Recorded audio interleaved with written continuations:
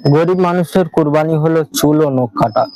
এই মর্মে সুনানে নাসাই 4365 নম্বর হাদিসের মধ্যে এসেছে, এক ব্যক্তি আল্লাহ রসুলের কাছে এসে বললেন, ইয়া রাসূলুল্লাহ, আমার তো কুরবানি করার সামর্থ্য নাই, অর্থাৎ না আমার কাছে টাকা পয়সা আছে, না আমার কাছে কোনো কুরবানির পশু আছে, তাহলে আমি কি করব?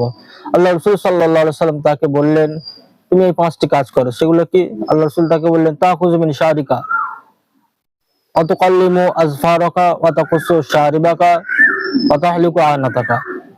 তুমি 5টি কাজ করবে, সেগুলো হলো এই যে, তাহলে কুরবানির ঈদের নামাজের পরে তুমি তোমার মাথার চুল কেটে নিও বা নাড়া হও, যে কোনো একটি। তার সাথে তুমি তোমার নখ কেটে নেবে এবং গোঁফ ছোট করে নেবে, বগল এবং নাভির নিচে পশম কেটে নেবে। ফাসালিকা তামামু উযহিয়াতিকা ইনদাল্লাহি আযজা ওয়া জাল। যদি এই 5টি কাজ করো, তাহলে আল্লাহর কাছে তুমি পরিপূর্ণ কুরবানির সওয়াব পেয়ে যাবে।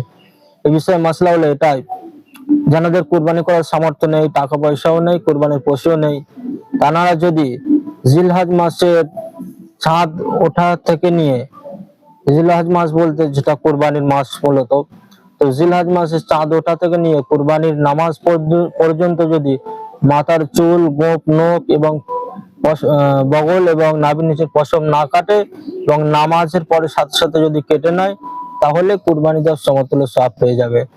মহিলারা এক্ষেত্রে আমল করতে পারেন, একই সওয়াব পেয়ে যাবেন। মহিলারা মাথার চুল এবং গোঁফ বাদ দিয়ে বাকি 3টি কাজ করে নিলে একই সওয়াব পাওয়া যাবে।